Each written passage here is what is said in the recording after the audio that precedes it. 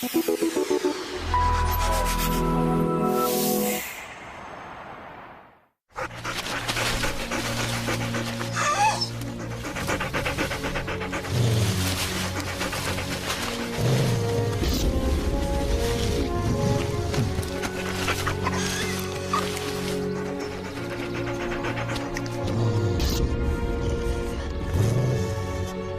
n'y a pas si longtemps, au XIXe siècle, les maladies faisaient des ravages.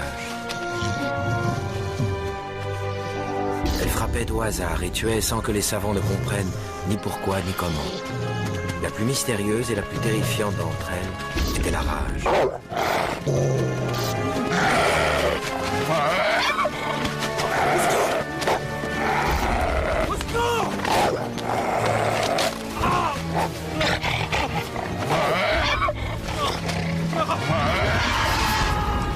Comme un démon, elle s'empare des corps et les possède jusqu'à la folie. En percer le mystère, c'était vaincre une malédiction. Terrasser les croyances avec pour seule arme la science, cette conquête allait être l'aboutissement de longues années de recherche d'un homme qui allait révolutionner la compréhension de la maladie.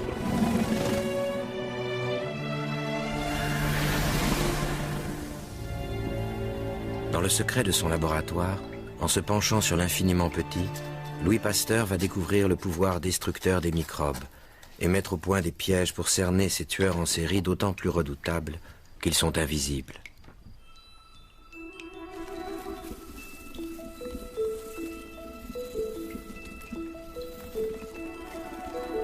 Mais comment a-t-il fait? C'est l'histoire d'une vie de recherche avec, au bout du chemin, la rencontre entre un vieux savant et un petit enfant.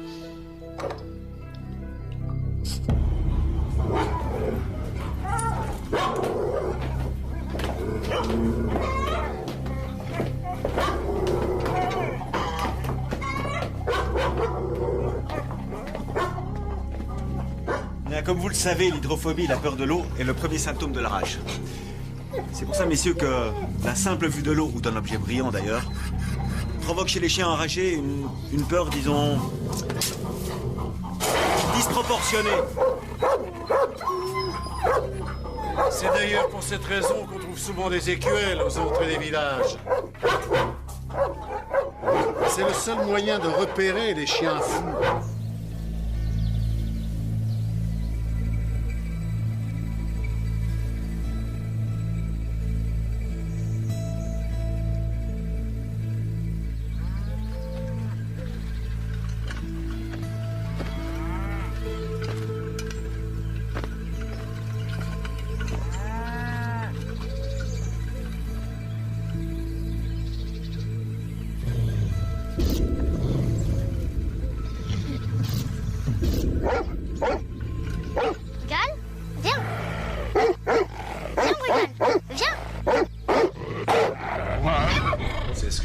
La voix rabique, le hurlement typique des chiens enragés.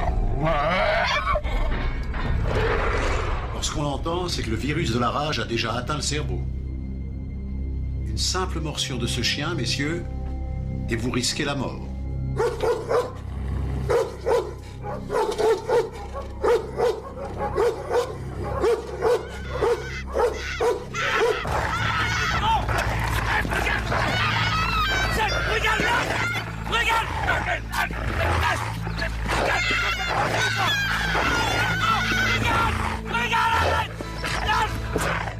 Nous supposons que le virus progresse à travers le système nerveux. Après la morsure, commence une longue période d'incubation. Ensuite, la maladie se déclenche. Instabilité, fureur, hallucination. Puis, c'est l'altération de la voix, le cri rabique, rapidement suivi de difficultés pour déglutir. Et enfin, la paralysie générale qui entraîne la mort. Non, regarde! Regarde-le! Au cours de ce trajet dans le système nerveux, le virus envahit la salive, prêt à passer à un nouvel être vivant. C'est donc pendant la période d'incubation qu'il faut agir, avant que le virus n'atteigne le cerveau. Après, il est trop tard. C'est bien, Joseph, sois courageux. Doucement, Docteur va bonhomme. te mettre un pansement, regarde. Voilà. Très bien, ça va pas faire mal au bébé. Allez, viens, bonhomme. Voilà. Docteur, vous aviez raison. Le vétérinaire vient d'ouvrir le ventre de mon chien et il a dit qu'il avait bien la rage. La rage, vous êtes sûr? Docteur, qu'est-ce qu'on peut faire? Espérez qu'il ne soit pas contaminé. Contre la rage, on ne peut rien. Au café, on m'a dit qu'à Paris, il y a un monsieur Pasteur qui travaille sur la maladie, peut-être... Monsieur Pasteur n'est pas médecin, il est chimiste. Ses expériences, il les a faites sur des chiens. Il pourra peut-être faire quelque chose. Joseph, on va aller à Paris, on va aller voir ce monsieur Pasteur. Tu verras, tout ira bien. Vous ne pouvez pas partir comme ça, toute seule, pas avec un enfant blessé. Je peux aller avec elle. Moi aussi, j'étais mordu. Je peux pas rester sans rien faire. Très bien, mais il faut faire vite. Allez, viens, Joseph.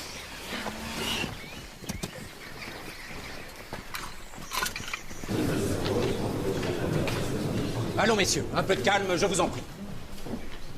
Les découvertes des microbes n'ont pas grand intérêt pour la médecine. Elles ne valent ni le temps qu'on y passe, ni le bruit qu'on en fait. Monsieur Pasteur est sans doute un éminent chimiste qui, inspiré par le désir d'être utile, veut réformer une médecine à laquelle il est absolument étranger. Mais nous, les médecins, savons très bien, et depuis fort longtemps, que les maladies viennent de l'intérieur du corps. Et qu'elles ne sont pas apportées par d'étranges micro-organismes qui flotteraient dans l'air par la grâce du Saint-Esprit. Ne pas reconnaître l'importance des micro-organismes revient à continuer à tuer les malades, non plus par ignorance, mais par bêtise, Monsieur Peter. Et si l'on peut excuser l'ignorance, rien ne pourra pardonner les crimes que vous commettez tous les jours dans vos hôpitaux. Votre place n'est pas sur ces bancs, Monsieur Pasteur. Ah, pour une fois, monsieur, vous avez peut-être raison. Car si j'apprécie la stérilité qui règne dans mon laboratoire, je ne peux que déplorer celle que je trouve dans vos discours.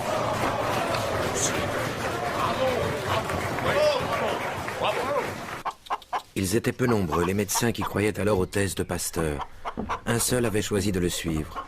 Un seul avait été admis dans son laboratoire, le docteur Émile Roux.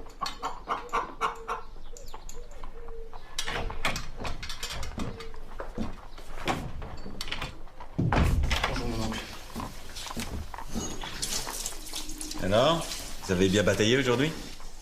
Ce docteur Peter est une canaille. Voilà ce qu'il est, une canaille. Ah, ces médecins. Quelle plaie, on leur apporte des preuves et ils vous répondent par des discours. Bien évidemment, vous ne les avez provoqués en rien. En rien. Décidément, la médecine est une chose trop sérieuse pour la laisser aux médecins. Alors, docteur, où en êtes-vous avec vos chiens? 20e chien vacciné et 20e chien sauvé. Bien, très bien. On va enfin pouvoir essayer le vaccin sur l'homme. Vous n'y pensez pas, c'est beaucoup trop tôt, monsieur. Mais pourtant, le vaccin fonctionne. C'est vrai, il fonctionne. Mais il fonctionne sur des chiens. Il est encore beaucoup trop tôt pour l'expérimenter sur l'homme. Il y a trop de paramètres inconnus. Vous n'avez pas le droit à l'erreur, monsieur. Si vous échouez, vous imaginez les conséquences. Monsieur, vous n'avez besoin de personne pour avoir raison. Mais vous avez besoin de moi pour être raisonnable. Alors réfléchissez bien. Si vous tentez aujourd'hui le vaccin sur un être humain, vous risquez de le tuer. Assez parlé.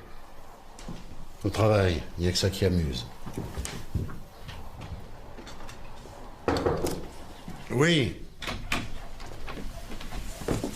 Messieurs, excusez-moi de vous interrompre dans votre travail, mais il faut que je parle à mon mari. Excusez-moi, messieurs.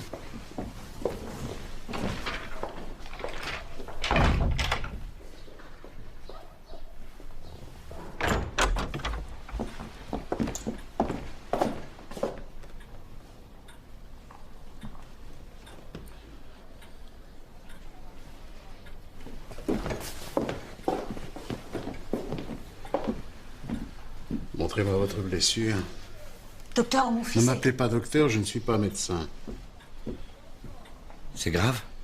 Les crocs n'ont pas traversé la chair. Vous ne risquez rien, votre chemise vous a protégé. Vous pouvez rentrer chez vous.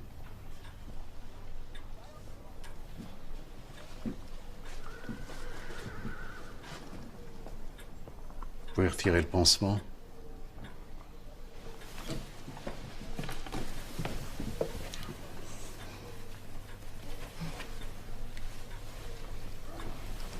Tu vas à l'école? Oui, monsieur. Et tu travailles bien? C'est important, l'école. Il faut être bon élève.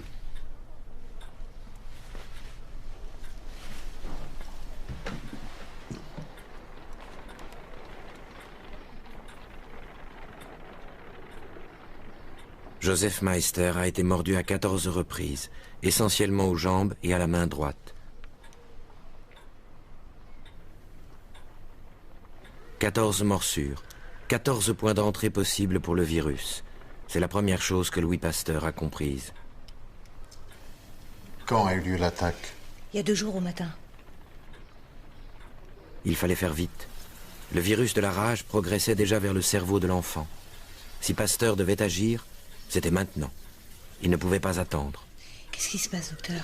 Madame, je vous répète que je ne suis pas docteur. J'ai mis au point un procédé qui permet de lutter contre la rage après morsure, mais s'il n'a jamais été essayé sur l'homme. Je ne peux pas vous promettre que cela fonctionnera sur votre enfant. Essayez quand même. Madame, je vous répète que je ne peux pas répondre de la vie de votre enfant. Mais si vous ne faites rien, c'est la rage qui le tuera. Nous n'en savons rien. Certains mordus en réchappent. Il arrive que la maladie ne se déclare pas. Oh, faites-le, je vous en prie, faites-le. Je dois réfléchir. Je ne peux pas décider ça tout seul.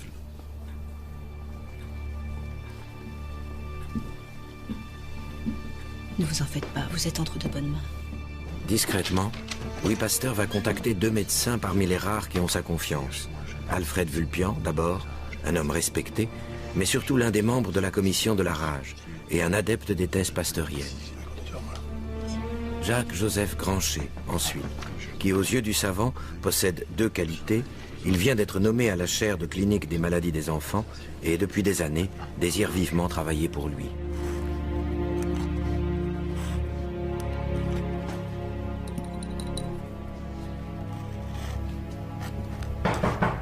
Oui.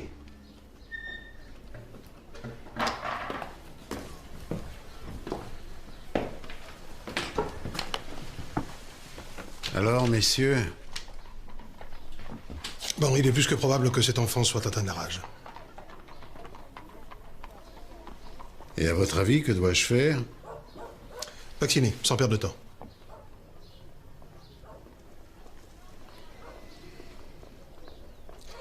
Vous accepteriez de pratiquer les injections, professeur?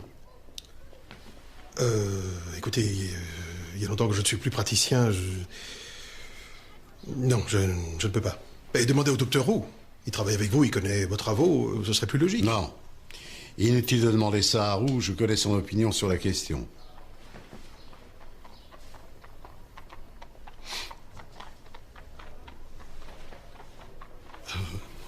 J'accepte, oui.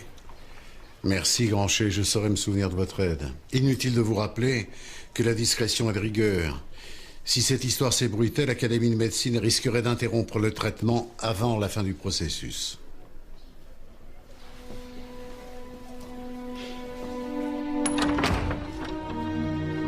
Et c'est ainsi que commence, en ce jour historique du 6 juillet 1885, le protocole de vaccination du premier être humain, dans le plus grand secret. Merci.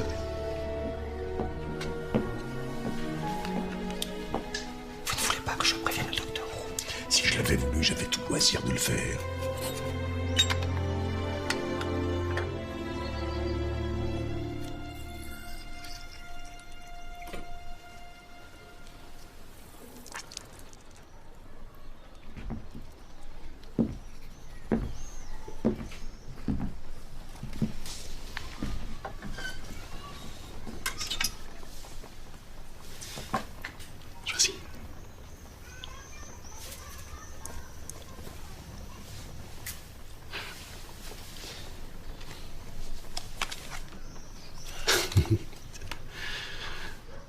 Tu sais, je suis pas un vrai magicien.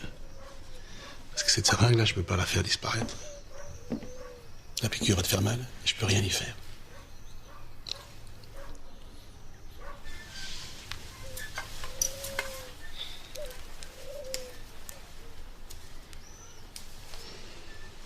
Et serre les dents.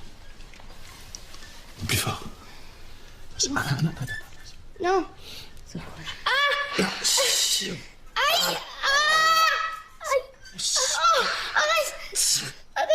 Aïe!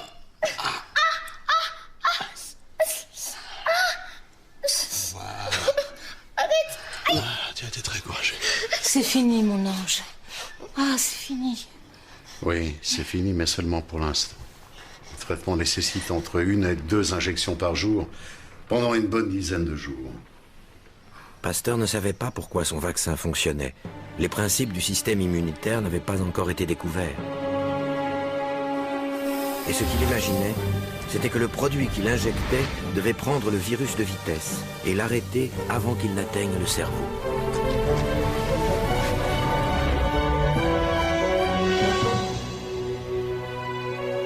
« 60 heures après la morsure par le chien, la course-poursuite venait de commencer.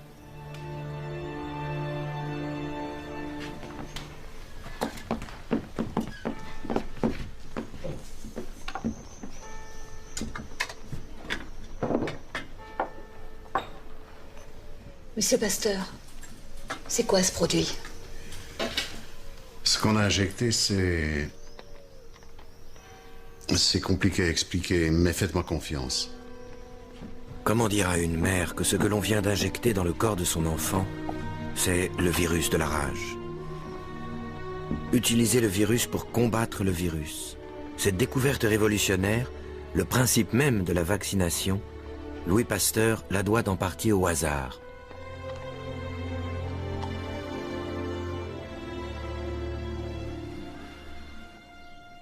À cette époque, il étudiait avec son équipe le choléra des poules, un tueur fulgurant. Ils étaient parvenus à isoler et cultiver le microbe, mais pas encore à le vaincre. Bien, allons-y, Loire. Et c'est alors que le hasard frappa à la porte du laboratoire. Bon repos, monsieur Pasteur. De même. Au revoir, docteur. Au revoir, Adrien.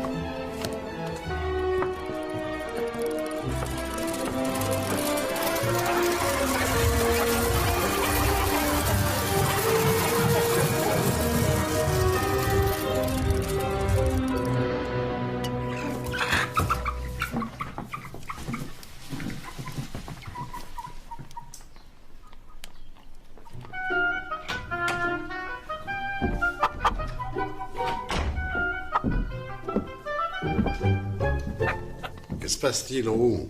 Vous m'avez l'air d'un sérieux coq en pâte. Je comprends pas, elle est vivante. Votre don d'observation m'étonnera toujours. Mais je l'ai inoculée. Elle devrait être morte. Vous avez utilisé la bonne souche? Je crois. J'ai dû l'oublier quand on est parti en congé. Je vais l'acheter. Non, attendez. Injectez à votre poule une souche très virulente. Pourquoi? Pour vérifier que vous n'êtes pas tombé sur la poule la plus résistante du monde.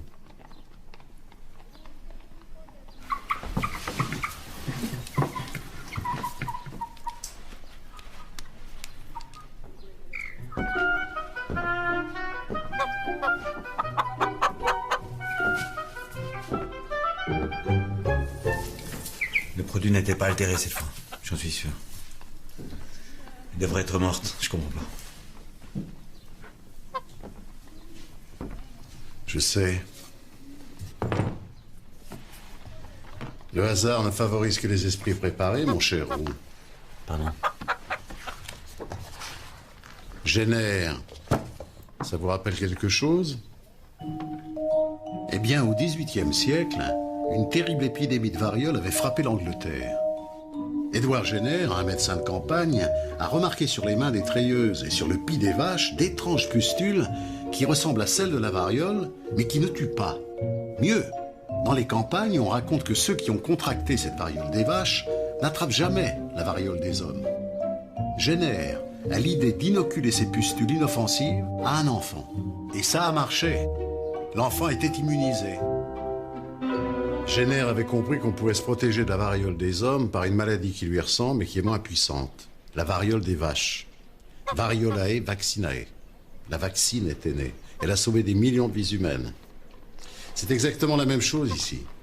Votre flacon a attendu si longtemps que les micro-organismes qu'il contient se sont épuisés, atténués. Trop faibles pour tuer la poule, mais assez forts pour l'immuniser. Atténués au contact de l'air. C'est beau, non? Atténuer les virus est la base de tous les procédés que Pasteur a mis au point sur d'autres maladies dans les années qui ont suivi. Et en l'honneur de Jenner et de sa vaccine, il baptisa cette découverte le vaccin.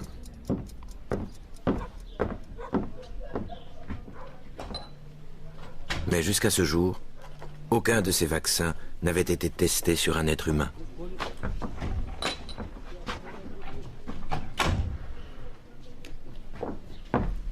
Adrien, vous venez d'où avec cette préparation? Adrien! Monsieur, ce que vous faites est insensé. De quoi parlez-vous? Je vous parle du jeune garçon. Pourquoi vous ne m'avez rien dit? Parce que je savais que vous y seriez opposé. Oui, et j'aurais eu raison.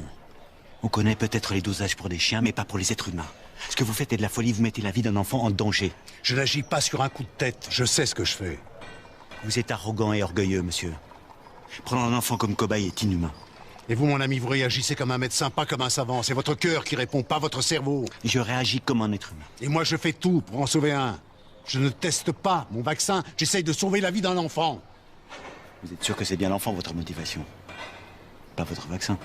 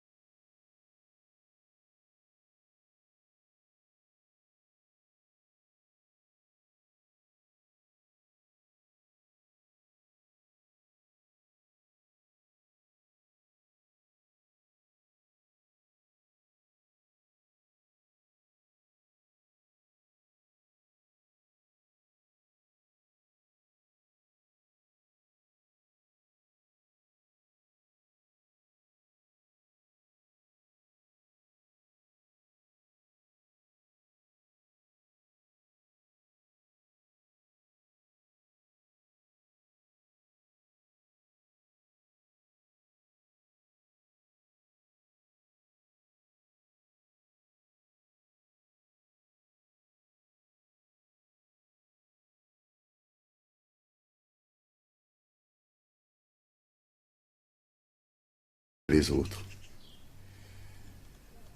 C'est injuste. Dieu qui ne fait rien. La médecine qui ne sait rien. Et nos enfants qui meurent. C'est pas ta faute. J'aurais dû être médecin, pas chimiste. Au lieu de sauver les vins de France ou les verres à soie, j'aurais peut-être pu les sauver, Marie.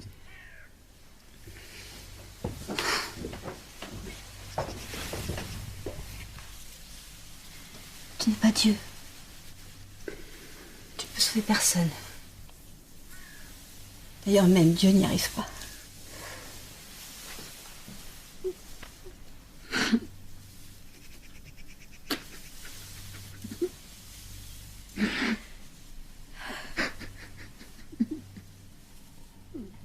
C'est ridant. Ah, je crois que j'ai une meilleure idée. Un sucre d'orge. Tu veux? Non, je veux pas.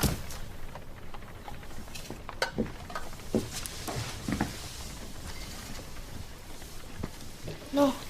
Allez, Non, je Joseph, veux pas, s'il te maman. plaît. Maman, non. Calme-toi, Joseph, sois attention. courageux. S'il vous plaît, ça fait Ça mal. va aller, Ça Joseph, fait ça mal. fait mal. Non, non, non. Ne s'il vous plaît, t'inquiète pas, il ça faut- va aller, Joseph, ça va, Maman, il faut le faire. arrêtez, arrêtez, Sois s'il vous plaît. courageux. S'il vous plaît. Joseph, sois Non, courageux. maman, Il faut le s'il faire, te c'est plaît. important. Joseph, Non. il faut. Allez, Non, ça courageux, fait il n'y en a mal. pas beaucoup. Allez, attention, il faut C'est faut important. l'immobiliser.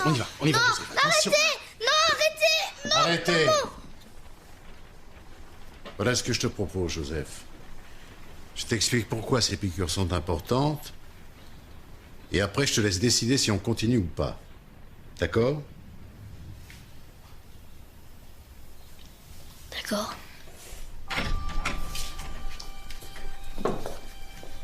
Tu regardes, mais tu ne touches à rien. C'est quoi ça? Ça, ce sont des tout petits organismes que j'ai découverts et puis dessinés. Des êtres vivants invisibles qu'on trouve partout, même dans l'air. Y a rien dans l'air. Ah, tu crois? Tu as bien regardé au moins? Quelquefois, c'est dans le noir qu'on voit mieux les choses. Ferme les yeux, veux-tu?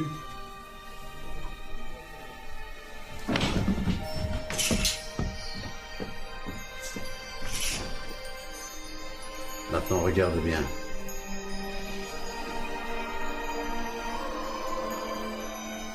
Tu vois? L'air est rempli de poussière et d'organismes vivants encore plus petits et qu'on ne peut voir qu'avec des instruments spéciaux. J'ai réussi à prouver que certains de ces micro-organismes sont de véritables petits grands méchants qui peuvent donner des maladies et parfois même tuer.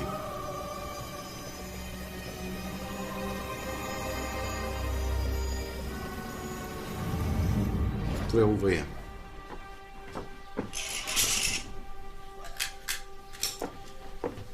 Celui-là, c'est le choléra des poules. Celui-là, le rouget du porc. Ceux-là donnaient des maladies au vin. Et la rage?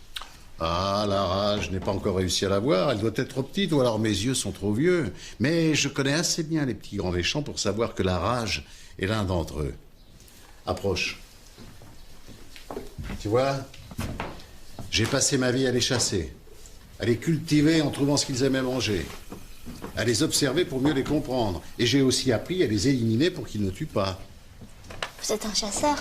Eh oui, sorte de grand chasseur, d'être invisible avec un microscope pour fusil. Mais je suis d'abord et avant tout un enquêteur. Mon métier, c'est de résoudre des énigmes. Tu aimes les énigmes, Joseph? Celui-là, c'est le premier petit grand méchant que j'ai attrapé. Le charbon du mouton.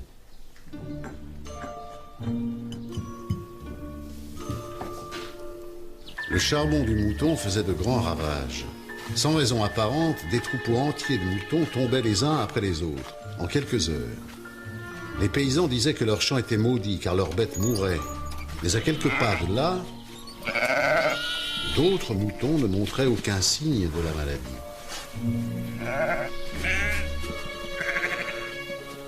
Étrange énigme, non? Qu'est-ce que vous avez fait? Je suis retourné sur place pour voir de mes propres yeux.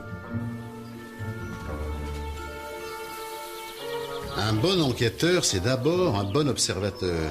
Voir ce que les autres n'ont pas vu est la clé. Et pour bien voir, il suffit souvent de savoir regarder. Regarde bien et dis-moi si tu vois quelque chose d'étrange. Le son, il est bizarre, non? Tiens, aide-moi. Quand on cherche un meurtrier, il faut trouver des indices, des preuves. Le savant agit exactement de la même façon.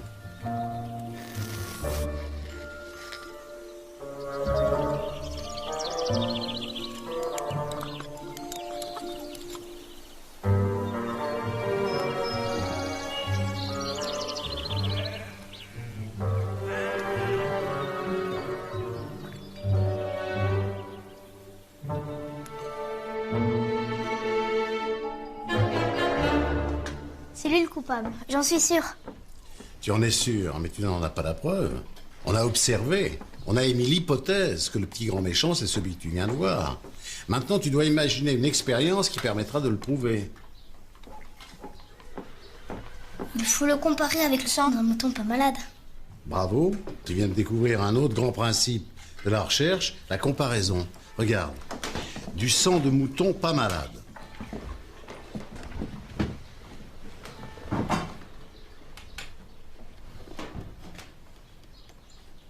Les bâtons n'y sont pas. C'est bien lui le coupable alors. Ce micro-organisme que tu as vu peut très bien être un compagnon inoffensif du petit grand méchant. Ou la trace d'une ancienne maladie qui n'a pas tué le mouton. Tu n'as qu'un suspect pour l'instant, rien de plus. Alors quelle expérience peux-tu imaginer pour prouver que c'est lui qui tue les moutons? Il faut le mettre dans un mouton pas malade. S'il meurt, c'est bien lui le coupable.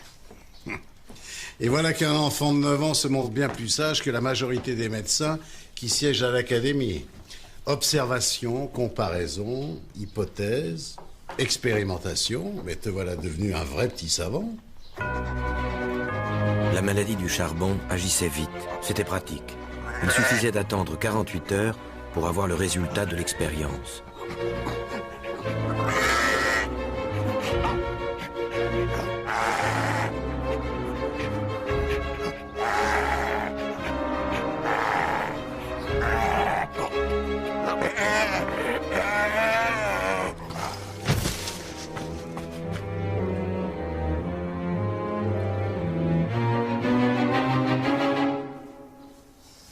J'avais raison.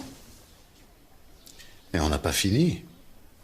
On sait qui est notre meurtrier, mais on n'a pas l'arme du crime. Comment le petit grand méchant est-il entré dans le mouton? Le mouton l'a peut-être mangé. J'ai essayé, j'ai donné du foin contaminé au mouton. Rien. Une autre idée? Non. Moi non plus, je ne comprenais pas. Bah, qu'est-ce que vous avez fait alors? Je suis reparti à zéro. Je suis retourné sur les lieux du crime pour voir si quelque chose m'avait échappé.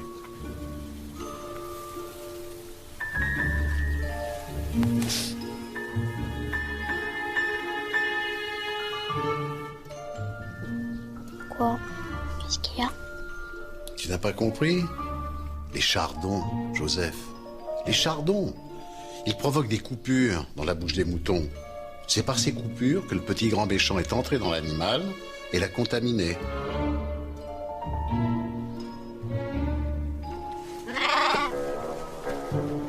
Pour rentrer maintenant? Il y a encore une énigme qu'on n'a pas résolue. Pourquoi eux ne sont pas morts alors qu'il y a des chardons ici aussi?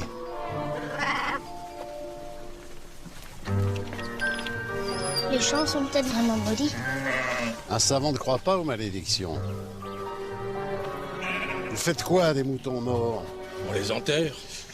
Où ça? Bah là où ils meurent. On va pas perdre notre temps à les transporter Dieu sait où en plus.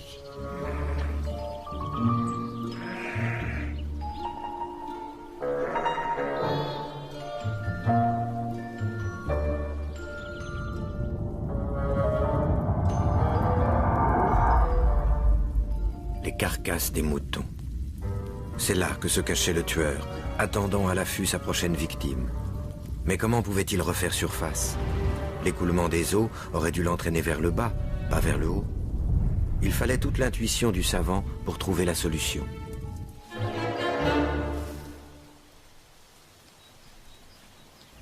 Les vers de terre.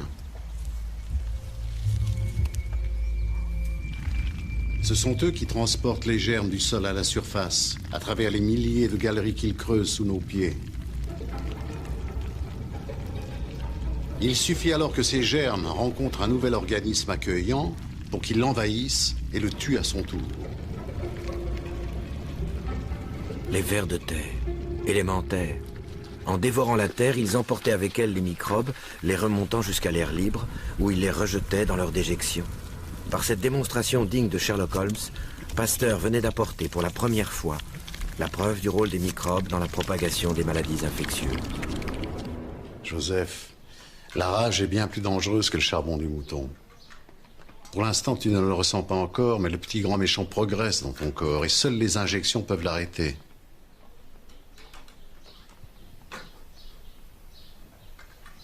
On y va. Loire, on y va.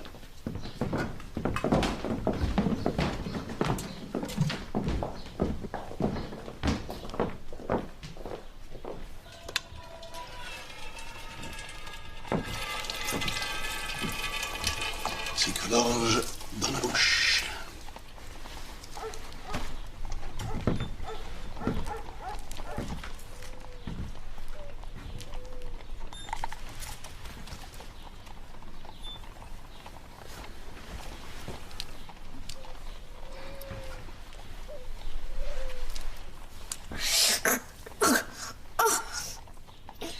La mère était rassurée et l'enfant en confiance. Mais les certitudes de Pasteur n'empêchaient pas de faire naître le doute. Et si, au lieu de sauver Joseph, il était en train de le tuer? Mon petit Joseph, j'ai un cadeau pour toi. C'est quoi? Tu n'as qu'une seule manière de le savoir, il faut l'ouvrir.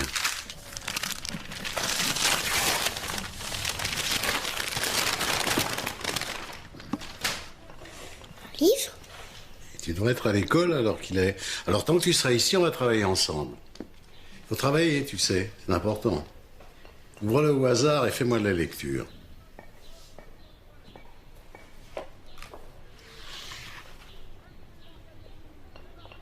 La cigogne. La cigale. La cigale. Et la fourmi. La cigale et la fourmi. La cigale et la fourmi. Et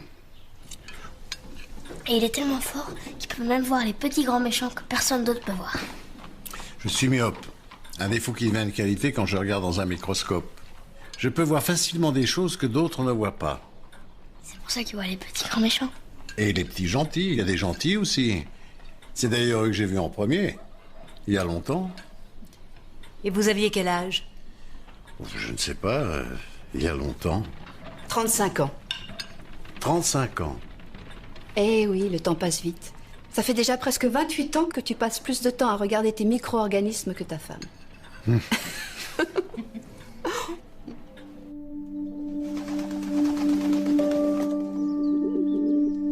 C'est ici que tout a commencé, dans un grenier. C'est dans ce décor de misère qu'est née la microbiologie. Ces premiers micro-organismes, il les a découverts dans de l'alcool. D'autres les avaient vus avant lui, mais il fut le premier à comprendre, à force de les observer, que leur monde et le nôtre étaient intimement liés. Ils étaient vivants et capables d'agir sur leur environnement. Le savant était comme envoûté par la beauté de ce qu'il découvrait. Levures alcooliques qui transforment en vin le jus de raisin. Levures lactiques qui aigrissent le lait. Étranges fleurs qui transforment à son tour le vin en vinaigre. Ses premières expériences l'amènent à percer le mystère des fermentations. Puis, il voit dans du beurre rance ses toutes premières bactéries, si petites, mais tellement puissantes.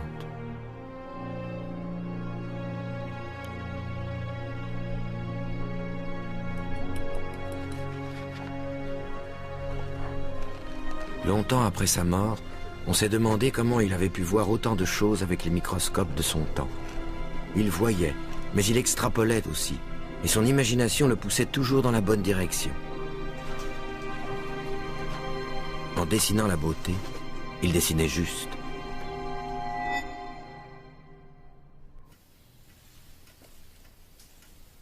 Fantastique, monsieur Pasteur. Incroyable. C'est effrayant vu de si près. Et c'est vivant, vous dites? Vivant et nocif, votre Altesse. Ce sont eux qui donnent au vin ces maladies, qui mettent en péril notre industrie. C'est merveilleusement répugnant. Permettez. Le vin était malade. Les finances et la fierté de la France étaient en péril. Napoléon III lui-même avait appelé Pasteur à la rescousse. Il y aurait donc ces toutes petites choses derrière de si grandes maladies. Tout à fait, Majesté. Derrière chaque maladie du vin se cache un de ces parasites, qui, Dieu merci, meurent quand on les chauffe à une température bien précise, que je suis parvenu à déterminer. Permettez-moi de vous faire goûter. Celui-ci n'a pas été traité, prenez garde.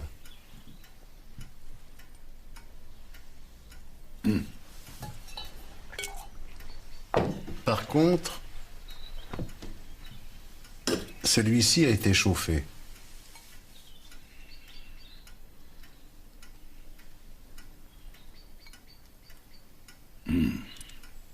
Incroyable. Goûtez ces deux vins, ma chère, et constatez la différence. Chauffer les denrées périssables pour en détruire les microbes et permettre ainsi leur conservation. Cette découverte appelée à un grand avenir dans l'industrie agroalimentaire porte encore le nom du savant, la pasteurisation. Mais il s'agissait de bien plus que cela. En découvrant ces premiers micro-organismes nuisibles, Pasteur venait de franchir le pas qui allait le conduire vers le traitement des maladies infectieuses. Parlez librement. Je ne suis ni un médecin ni un savant. Juste un homme suffisamment curieux pour être ouvert à tout ce que vous me direz. Votre Altesse, pourquoi ce qui est vrai pour le vin ou la bière ne le serait-il pas pour le règne animal? Pourquoi les maladies des animaux et des hommes n'auraient-elles pas la même source? Des petits organismes. Ne pourrait-on pas sauver des centaines, des milliers de vies humaines? Imaginez ce que de telles découvertes pourraient apporter à l'humanité. Imaginez la gloire et la puissance que la France pourrait en tirer. Vous êtes un visionnaire, monsieur Pasteur. Mais sachez que, comme tout visionnaire, vous êtes condamné à vous battre contre l'écrasante majorité des gens. Oh, j'en suis bien conscient, Votre Altesse. Je suis seul et dépourvu, comme tous les savants de France, réduits à faire leurs expériences au milieu des rats, dans des sous-sols plus propices à l'humidité qu'à la création. Sans laboratoire, le chimiste et le physicien ne sont que des soldats sans armes sur le champ de bataille. Moins de 3 ans plus tard, Pasteur obtiendra de l'empereur la construction d'un laboratoire où il allait mener ses études sur les maladies infectieuses et expérimenter son vaccin sur un être humain. Bien entendu. Vous pouvez compter sur moi, monsieur Pasteur.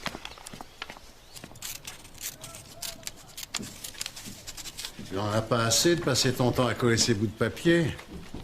Et toi, tu n'en as pas assez de passer ton temps à regarder à travers tes microscopes? C'est juste pour faciliter le futur travail de tes biographes. Quelle charmante attention. Mais ce n'est pas une raison pour te lever aux aurores et réveiller toute la maison. Impossible de m'endormir. J'ai l'impression d'avoir passé la nuit à côté de la princesse au petit pois. T'as pas arrêté de gigoter. J'ai dû trop manger hier. Mais je crois que ça n'a rien à voir avec la nourriture. Ah bon? Ne t'attache pas trop à cet enfant, Louis. Notre Jeanne avait le même âge quand elle est morte. Tous les jours, je pense à nos enfants. Je n'ai pas besoin de Joseph pour me les rappeler. Je te connais. Souviens-toi que c'est la maladie du petit qui a besoin de toi, pas lui. Il faut que tu gardes l'esprit clair. Vous pouvez me dire ce qu'il en est pour les chiens? À la date d'hier soir, 3 autres chiens peuvent être considérés comme immunisés contre la rage. C'est encourageant. Encourageant, mais pas décisif. Louis! Louis-Joseph a disparu. Disparu? Il est plus dans sa chambre, on le trouve nulle part. Ça fait 1 heure qu'on le cherche. Mais qu'est-ce que ça veut dire? Vous venez?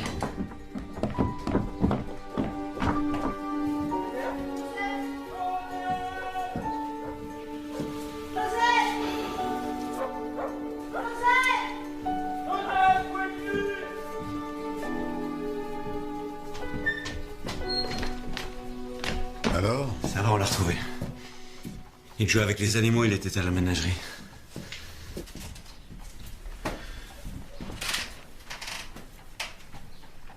Vous avez l'air épuisé. Vous êtes sûr que ça va? Je vais très bien.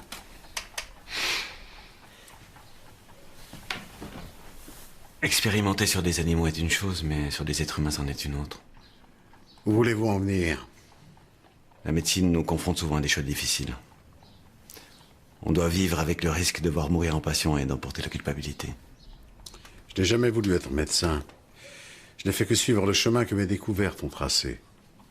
Je sais. Mais vos recherches vous ont amené tout naturellement dans le domaine médical. Et maintenant, vous êtes l'un des nôtres. Ça vous ennuie? Non.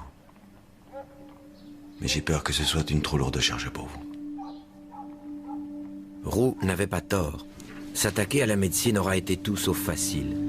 Il a fallu agir en stratège, s'infiltrer dans ce monde fermé, devenir membre de l'Académie de médecine.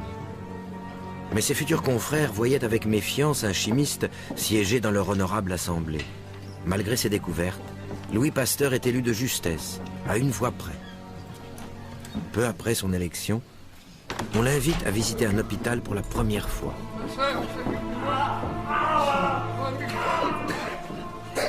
Rassurez-vous, après un moment, on ne sent même plus l'odeur. Et le spectacle qu'il découvre est inimaginable. Lui qui était obsédé par son combat contre les microbes, comprend qu'ici, dans un lieu de soins, on semble ignorer jusqu'à leur existence. Pire, tout concourt à accélérer leur prolifération. L'hôpital, en ce temps-là, guérissait peu et tuait beaucoup. Docteur, le patient de lundi va de mal en pis. Ceux qui avaient la chance de survivre aux opérations mouraient bien souvent par la suite d'une infection.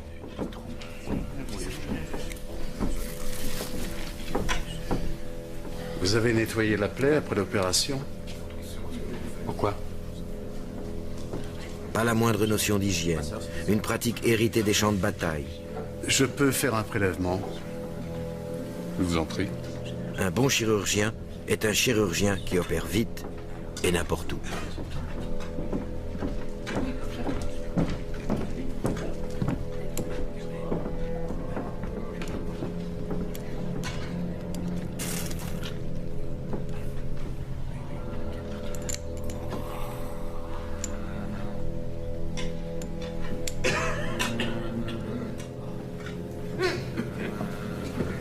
Qu'est-ce qu'il y a derrière cette porte? La salle d'autopsie. C'est très pratique qu'elle soit communicante. Ça nous permet d'extraire rapidement les organes des patients décédés et de les comparer avec ceux des vivants.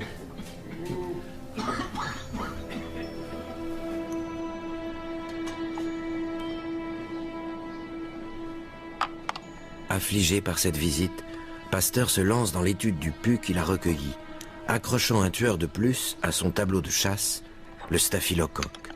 Son combat pour l'hygiène venait de commencer. Mais cette fois, Pasteur ne sera pas seul. En Angleterre, un chirurgien, Joseph Lister, a compris que la putréfaction des chairs repose sur les mêmes principes que la fermentation.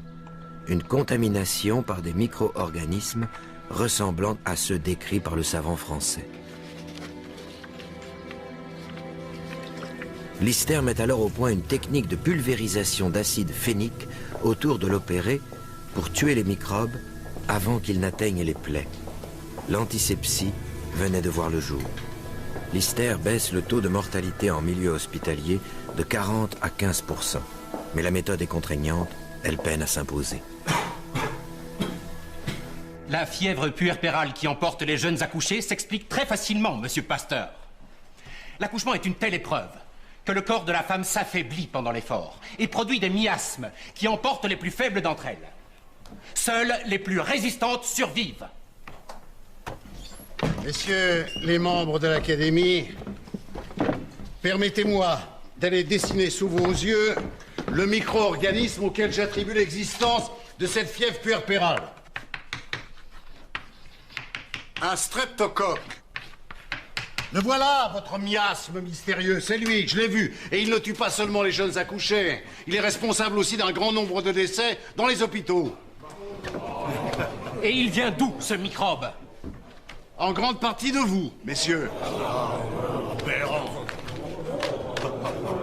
C'est vous, les médecins, qui propagez ce micro-organisme d'un malade à un autre, d'un mort à un vivant.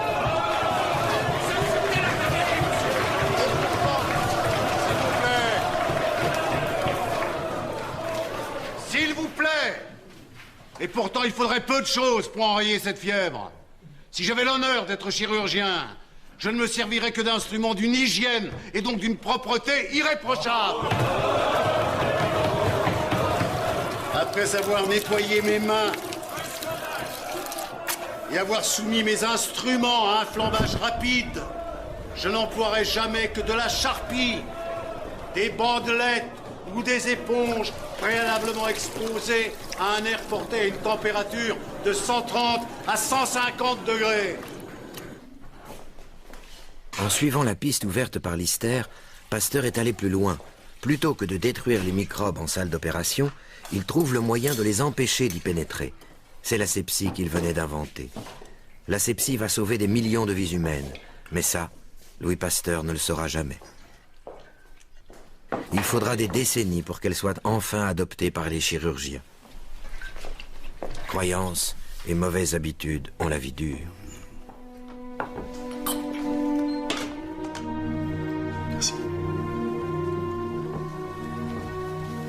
Est-ce que vous vous êtes lavé les mains? Oui, Joseph. Je me suis lavé les mains, comme chaque fois. Et la seringue, elle est propre?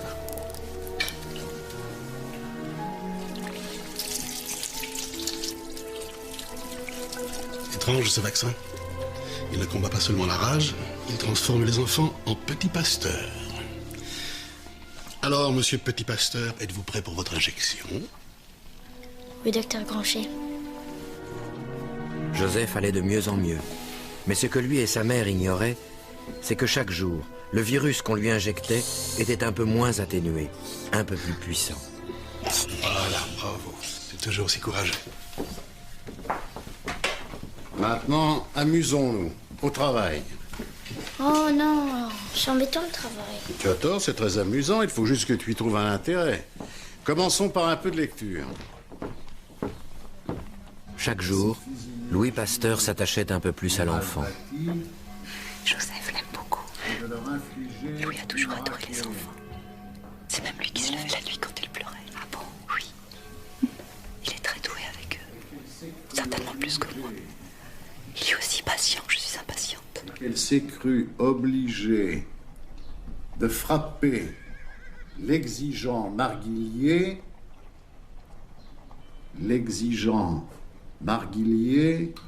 sur son omoplate. Vous avez combien d'enfants? 2 alvéoles furent brisées. Mais Dieu ne nous a laissé que 2. Ah, j'ai eu plus de chance. J'en ai 6. Je n'en ai perdu aucun. Jusqu'à maintenant. Rassurez-vous, tout va bien se passer pour Joseph. J'envie votre confiance. Ah, aussi incroyable que ça puisse paraître, Louis ne s'est presque jamais trompé. Sa patience lui a permis d'avancer lentement, mais sans erreur. S'écria ce Bélitre.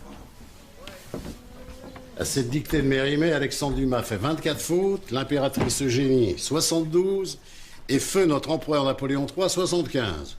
Voyons combien toi tu en as fait. 75? Oui, et pourtant c'était un très grand homme. Que veux-tu? Avec le retour de la République, même l'orthographe n'y a rien gagné. 1, 2, 3, bon, 4, oh là là, 5. Le docteur Roux aimerait te voir.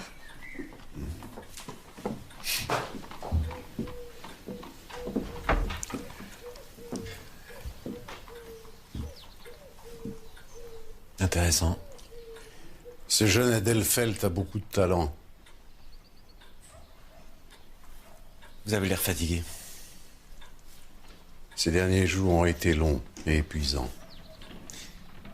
Vous arrivez à la fin de votre protocole, n'est-ce pas? Arrêtez tout. Ne faites pas les dernières injections, elles sont dangereuses et sans doute pas nécessaires. Que donnent les derniers essais sur les chiens? On arrive au 40e vacciné et à la 40e réussite. Mais ce sont des chiens, monsieur, pas un enfant. Ces injections sont trop risquées. C'est le seul moyen d'être sûr que le vaccin fonctionne. Mais si vous échouez, c'est vous qui l'aurez tué. Docteur Roux, vous y croyez à ce vaccin? J'ai peur pour la vie de cet enfant et j'ai peur de votre réaction si l'enfant mourait. Ce produit est dangereux et vous le savez aussi bien que moi. Le virus de la rage. Pendant des mois, Pasteur l'avait cherché en vain. Il ne le trouvait pas. Il ne le voyait pas. Il était trop petit. Seule l'invention du microscope électronique permettra de le voir près d'un siècle plus tard. Alors, pour l'attraper, il a dû mettre au point une autre stratégie. Aller chercher le virus là où il se terrait, sur son propre territoire, dans la moelle épinière. La moelle de lapins enragés, moins dangereux que les chiens pour ses expériences.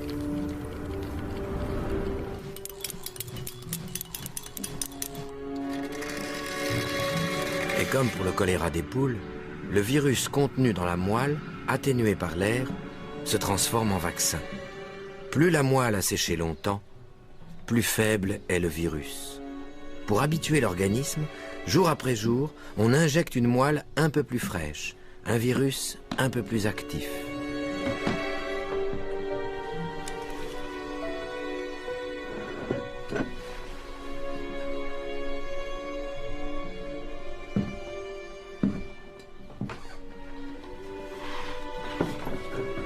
Les dernières moelles contiennent un virus fabriqué en laboratoire bien plus puissant encore que la rage des rues. Ce virus tue un chien non vacciné en 15 jours.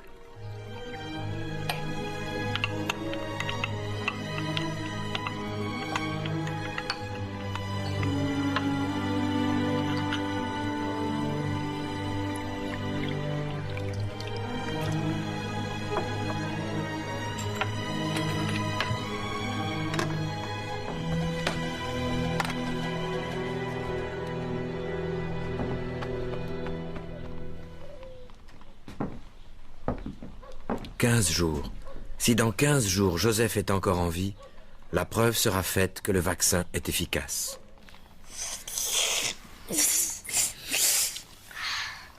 Mais si Pasteur s'est trompé, l'enfant mourra par sa faute.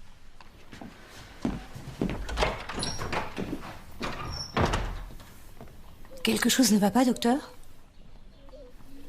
Non, rien. Rassurez-vous, tout va bien. C'est à ce moment-là que les nuits blanches ont commencé.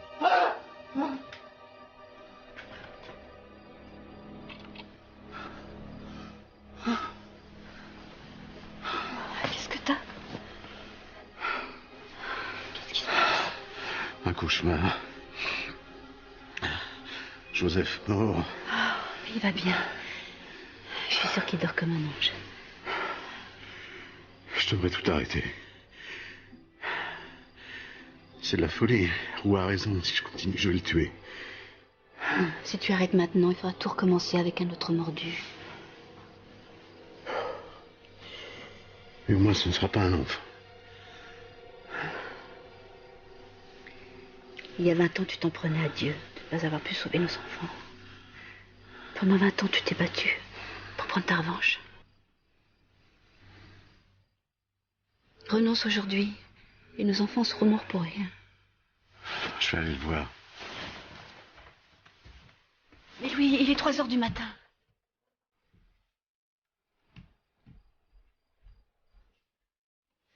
Louis.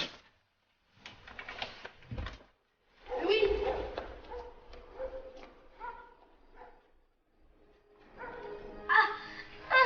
Joseph. Qu'est-ce que tu as, Joseph? Qu'est-ce qui se passe? Tu as mal quelque part? Où est-ce que tu as mal? Regarde maman, regarde-moi chérie. Parle-moi. Oui. Chérie, c'est ton ventre? Où est-ce que tu as mal? J'ai l'impression qu'il a mal au ventre. Faites quelque chose. Mon amour, regarde maman, regarde-moi. Oui.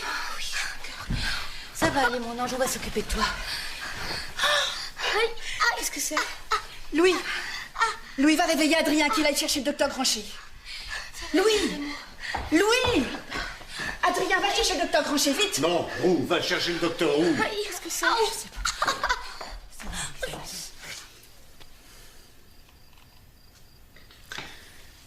Il fait certainement une réaction liée aux injections, mais il n'a pas de fièvre. Et tant qu'il n'a pas de fièvre, il ne faut pas s'inquiéter.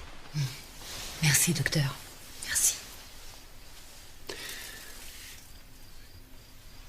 Allez vous reposer. Je vais rester ici avec sa mère. Et je vous préviens s'il arrive quoi que ce soit. Non, je reste aussi. Allez, viens.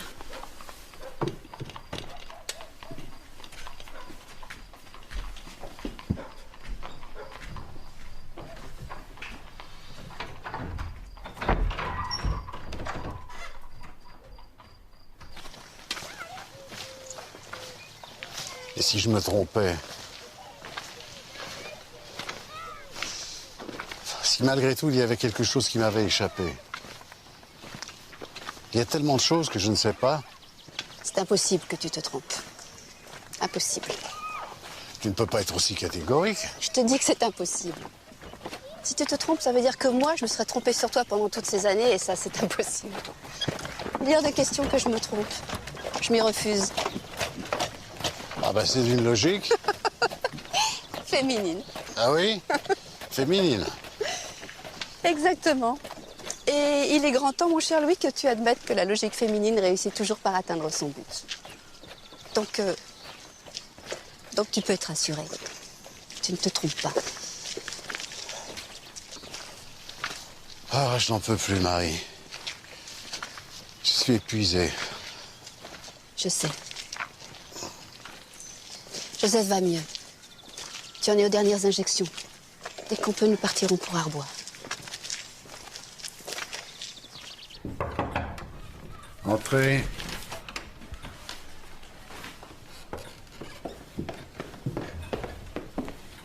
Vous voulez me voir?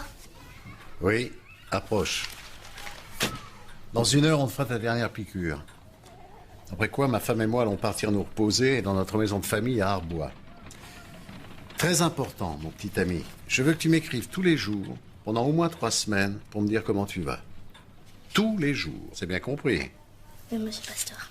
J'y veillerai, monsieur. Et surtout, fais bien attention à ton orthographe. Et n'oublie pas de te laver les mains. Oui. Allez, file.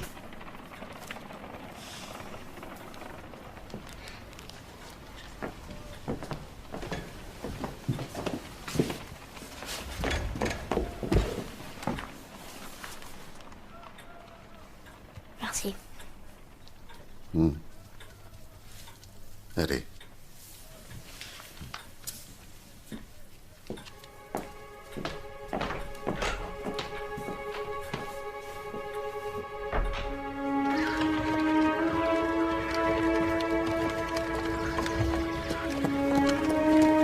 Ce départ, certains l'ont pris pour une fuite, alors que Pasteur ne cherchait qu'un refuge, dans sa maison de famille, au pays de son enfance. L'endroit idéal pour faire la seule chose qui était encore en son pouvoir, attendre et espérer. Papi.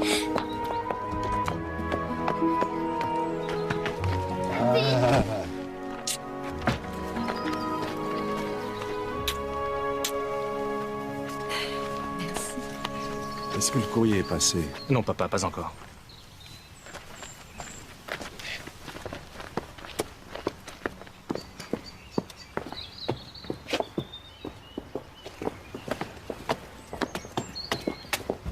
Du courrier! Pendant 15 jours, ces lettres ont rythmé la vie de famille.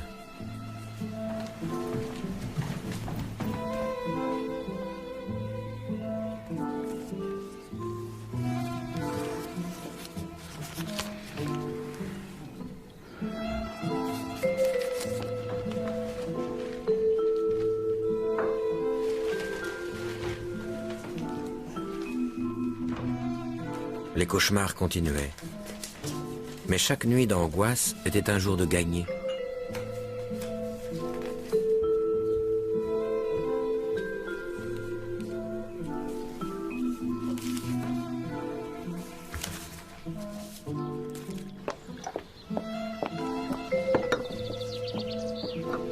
Merci.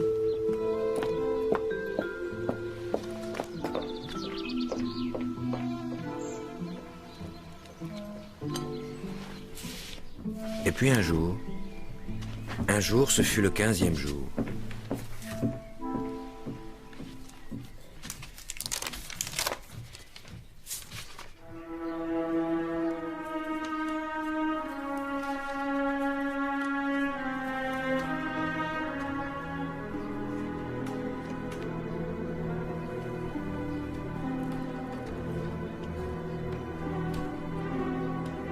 Joseph Meister était sauvé.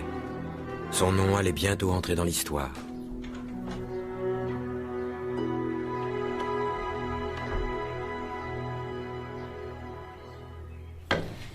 Et tu comptes l'annoncer comment, ta belle réussite?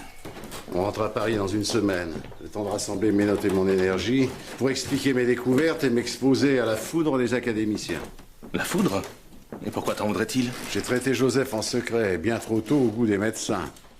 Et c'est bien pour ça que tu ne dois pas parler de Joseph. Si tu communiques sur Joseph maintenant, les académiciens ne se souviendront que de tes manquements, pas de ta grande découverte. Tu dois attendre le bon moment, être irréprochable. Attendre? Mais pourquoi? Le protocole est au point, j'en ai les preuves scientifiques. Ta découverte est bien trop importante pour la limiter à l'académie. C'est au peuple que tu dois l'annoncer. C'est le peuple qui fera bouger les médecins. Pas tes preuves scientifiques. Maman a raison. L'heure est à la diplomatie. La diplomatie, des paroles creuses pour enrober la vérité. Tu as tort, Louis. Avoir raison, c'est bien. Imposer, c'est mieux. Un nouveau combat commence maintenant et je crois que tu n'es pas l'homme de la situation. Pas l'homme de la situation. Et c'est qui l'homme de la situation? Toi? Et comment que je suis l'homme de la situation? Et toi, pour une fois, tu vas lui obéir à ton homme. Ne jamais contredire une femme décidée. Encore moins quand c'est maman. Mais depuis quand tu donnes ton avis, toi? À vivre enfermé dans son laboratoire, Louis Pasteur n'avait pas compris combien le monde avait changé. Avec l'arrivée de la République, une force nouvelle était née, le pouvoir de la presse. Louis, Oui, on a reçu une lettre du maire de Villers-Farlay. 5 enfants ont été attaqués par un chien enragé. Un jeune berger s'est interposé pour maîtriser l'animal, mais il a été mordu violemment. Il a sauvé 5 enfants, c'est un héros. Non, c'est un jeune homme qu'il nous faut vacciner sans attendre. C'est la Providence qui nous l'envoie, Louis. La Providence, la Providence.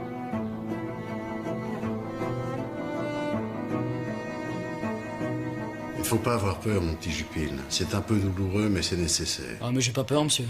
Tu dois être fier de toi, tu as sauvé 5 enfants. Non, pourquoi fier? J'allais pas laisser le chien dévorer les enfants.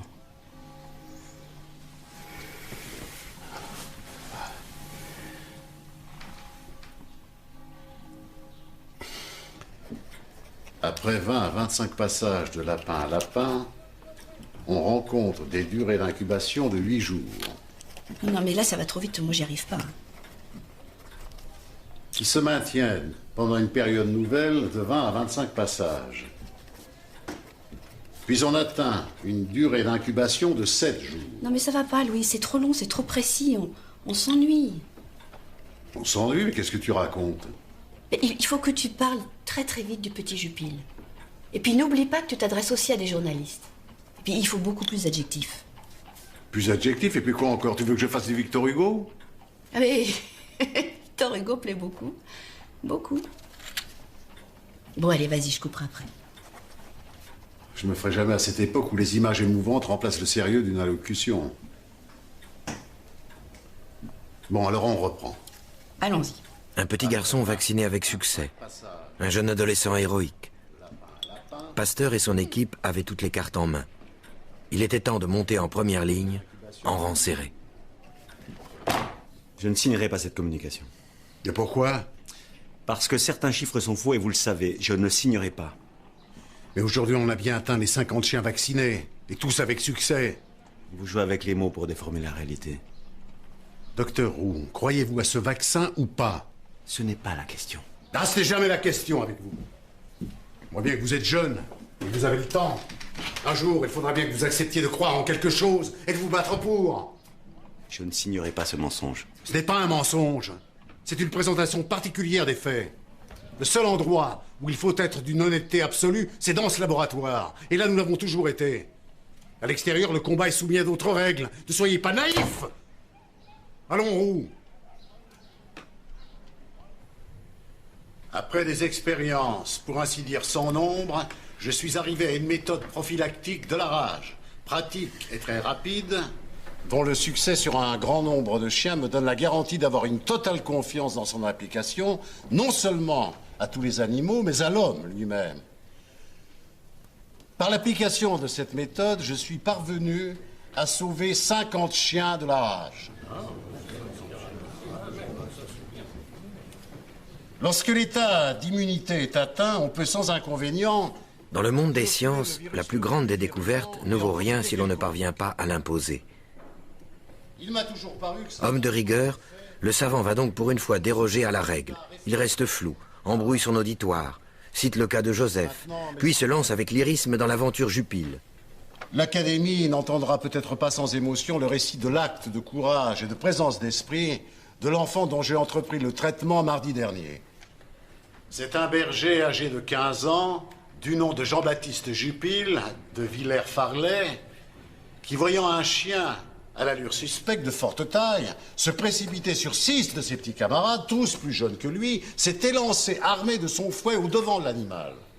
Le chien saisit Jupille à la main gauche. Jupille alors terrasse. En vantant le courage et la bravoure de Jupille, qu'il présente comme un héros, il ne cherche pas seulement à convaincre les dignes médecins de l'Académie, il veut surtout toucher l'opinion publique. Et ça a marché. C'est un déferlement d'enthousiasme. Plus rien ne peut empêcher le lancement du vaccin.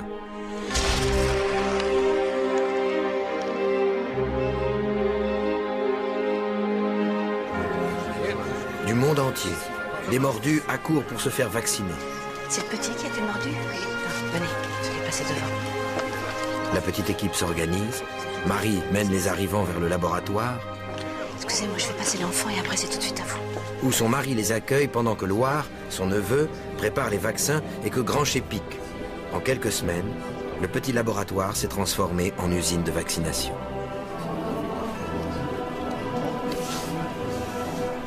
venez d'où? Quel pays? Polsku.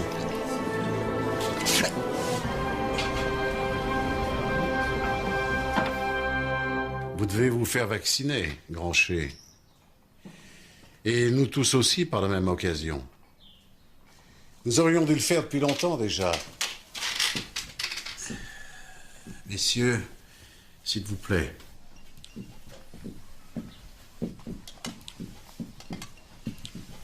Vous êtes certain que ce n'est pas risqué? Vous croyez vraiment que je ferais ce métier chaque matin si j'étais pas sûr de la méthode? Vous commencerez par moi. Non, c'est hors de question. Personne ne vous vaccinera. Mais pourquoi donc? Parce que vous êtes fatigué, monsieur. Et que cela vous ferait prendre un trop grand risque. Et puis vous n'êtes plus en contact direct avec le virus. Autrement dit, vous ne risquez plus rien. Vous n'y croyez toujours pas? Je crois en vous, monsieur. Mais je dis que personne ne vous vaccinera.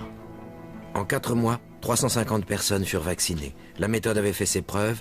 Pasteur allait enfin pouvoir réaliser son rêve, offrir à ses successeurs l'outil qui allait leur permettre de prolonger son œuvre. Vous acceptez de signer cette fois? Oui. Ce n'est pas trop tôt. Ce n'est plus trop tôt.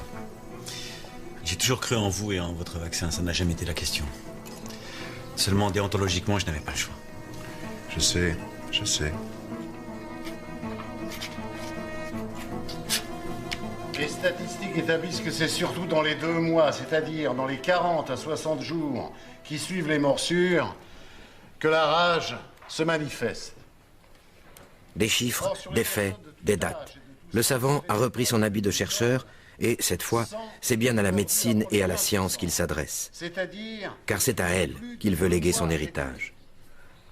Au vu des résultats que je viens d'exposer, j'ai l'honneur de vous demander la création d'un institut de la rage. Un lieu pour former de jeunes savants qui pourront sillonner le monde et y répandre le vaccin. Cet organisme indépendant permettra le suivi de la vaccination et le financement des recherches futures. L'Institut Pasteur n'était plus seulement un rêve. Dès la clôture de la séance, l'Académie lance une souscription internationale pour le financement de l'Institut. C'est un raz-de-marée. Des plus grandes fortunes aux familles les plus humbles, le monde entier répond à l'appel de Pasteur. L'espoir qu'il a fait naître n'a pas d'équivalent dans l'histoire de l'humanité. Pour la première fois, les hommes croient avec lui qu'ils peuvent vaincre la maladie.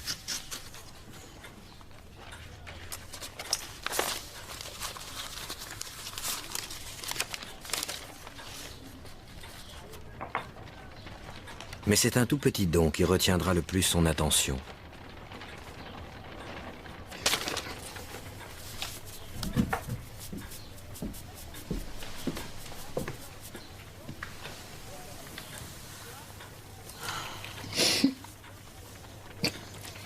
Il est temps de prendre de vraies vacances.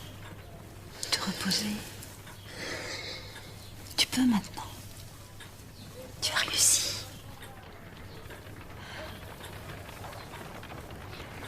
L'histoire aurait pu s'arrêter là, mais le sort allait encore réserver à Pasteur et son équipe une terrible épreuve.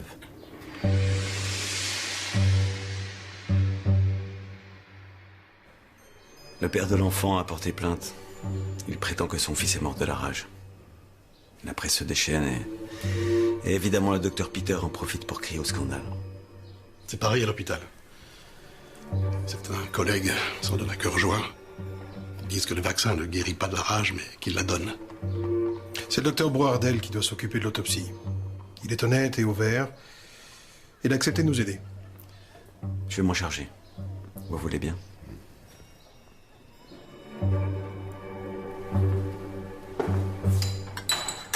La vérité était là, cachée dans le bulbe rachidien de l'enfant. Mais seul un membre du laboratoire pouvait la découvrir. Roux injecta donc à 2 lapins un prélèvement du bulbe. S'il survivait, c'est que le jeune rouillé n'était pas mort de la rage.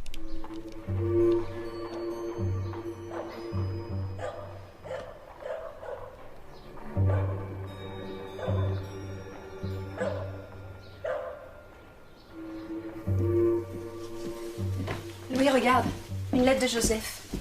Il a appris par les journaux qu'on t'accusait d'être un assassin. Dans cette lettre, il te rappelle qu'il est la preuve vivante que tu n'avais pas tort. Ton vaccin sauve des vies. Tu n'as pas le droit d'en douter.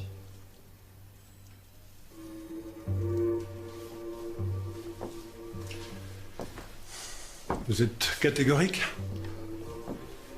C'est bien de la rage dont est mort l'enfant? Oui. C'est ennuyeux. Très ennuyeux. Écoutez, vous savez comme moi que la médecine n'est pas une science exacte. Personne ne réagit de la même manière. On ignore pourquoi le vaccin n'a pas fonctionné sur lui. Oui, ça je le sais. Mais vous savez aussi que vos détracteurs vont s'empresser de dire que ce n'est pas de la rage dont est mort l'enfant, mais du vaccin. Ça, on ne le saura jamais. Qu'est-ce que je vais faire? Des dizaines, des centaines de succès et un échec. Et c'est cet échec dont tout le monde se souviendra. Non? J'ai tort? Si le vaccin est remis en question, la médecine fera un bond en arrière de 50 ans. Et c'est toutes nos recherches en cours qui feront un bond en arrière. Nous sommes à ça de trouver un remède contre la diphtérie. Un enfant sur deux en meurt aujourd'hui. Un enfant sur deux. Et demain, ça sera la tuberculose ou le tétanos. Autrement dit, vous me laissez le choix entre dire la vérité par souci éthique ou mentir pour le bien de l'humanité?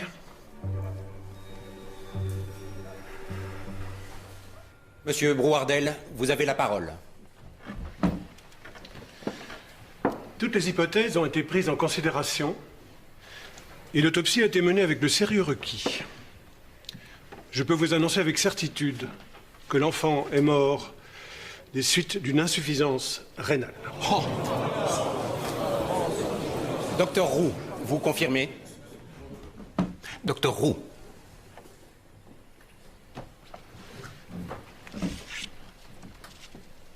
Je confirme les analyses du docteur Brouardel.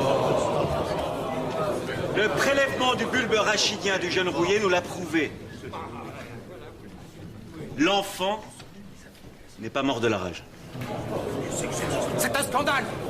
Tout cela cache la malhonnêteté de M. Pasteur et son goût pour le secret. Que vous mettiez en doute les idées de M. Pasteur, c'est votre droit. Mais que vous vous acharniez sur l'individu, c'est inacceptable. Qui pourrait soupçonner notre bonne foi? N'avons-nous pas, avec nos collaborateurs, commencé par pratiquer sur nous-mêmes les inoculations qu'on essaye de nous présenter comme périlleuses? C'est un scandale! Pasteur, imposteur! Pasteur n'est qu'un charlatan! Affabulateur! Charlatan! Pasteur, vous n'êtes qu'un charlatan!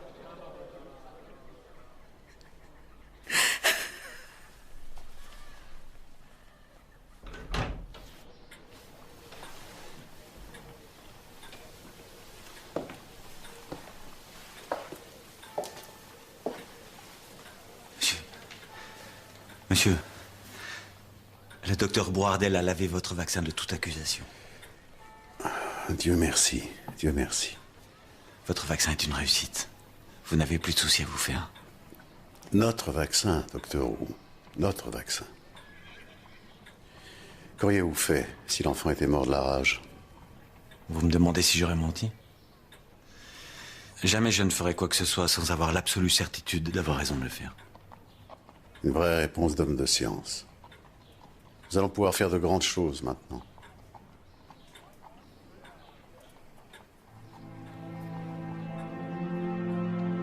Louis est épuisé par le combat de toute une vie. Épuisé par la maladie aussi. Car tu étais malade quand tu as découvert les principes de l'infection et de la contagion. Tu étais diminué quand tu as posé les bases de l'hygiène et de l'asepsie. Tu étais handicapé quand tu as mis au point le vaccin. Tes gestes mesurés, ton boitement léger, ta posture figée n'étaient pas le fait de ton caractère, mais les séquelles d'une attaque cérébrale qui t'avait frappé à l'âge de 45 ans, te laissant partiellement hémiplégique.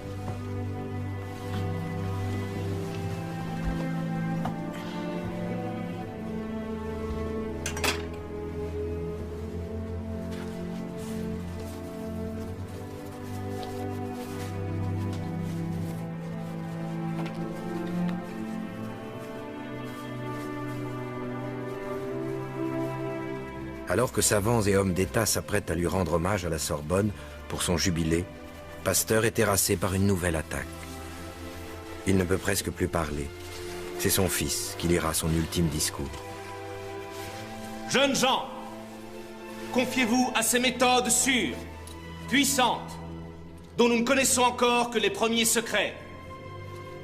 Et tous, quelle que soit votre carrière, ne vous laissez pas atteindre par le scepticisme dénigrant et stérile. Ne vous laissez pas décourager par les tristesses de certaines heures. Vivez dans la paix des laboratoires et des bibliothèques. Mais que les efforts soient plus ou moins favorisés par la vie. Il faut, quand on approche du grand but, être en droit de se dire « J'ai fait ce que j'ai pu ».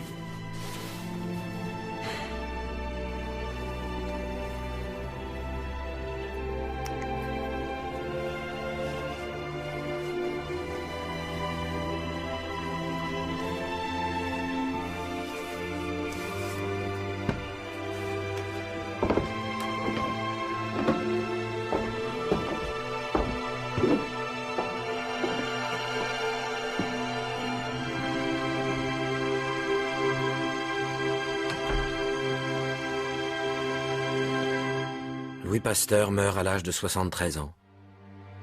La République le veut au Panthéon, mais Marie refuse et lui fait aménager dans le sous-sol de son institut une crypte dont la voûte en mosaïque représente les grandes étapes de ses recherches. C'est là, parmi les siens, qu'il repose. Marie l'a rejoint quelques années plus tard, occupant la place qui a toujours été la sienne, près de lui, dans l'ombre. Roux, avant d'être enterré à quelques mètres de là, découvrira le sérum antidiphtérique et dirigera l'Institut pendant près de 30 ans. Même Joseph et Jupille sont restés près de lui. Ils devinrent tous les deux gardiens de l'Institut. En nous léguant son message et l'œuvre scientifique qu'il a initiée, Pasteur a ouvert les portes d'un nouveau monde, celui de la recherche du futur. Chaque jour dans le monde, les chercheurs travaillent à leur tour pour que ce rêve devienne réalité. Louis Pasteur n'est pas mort, il est là, avec eux.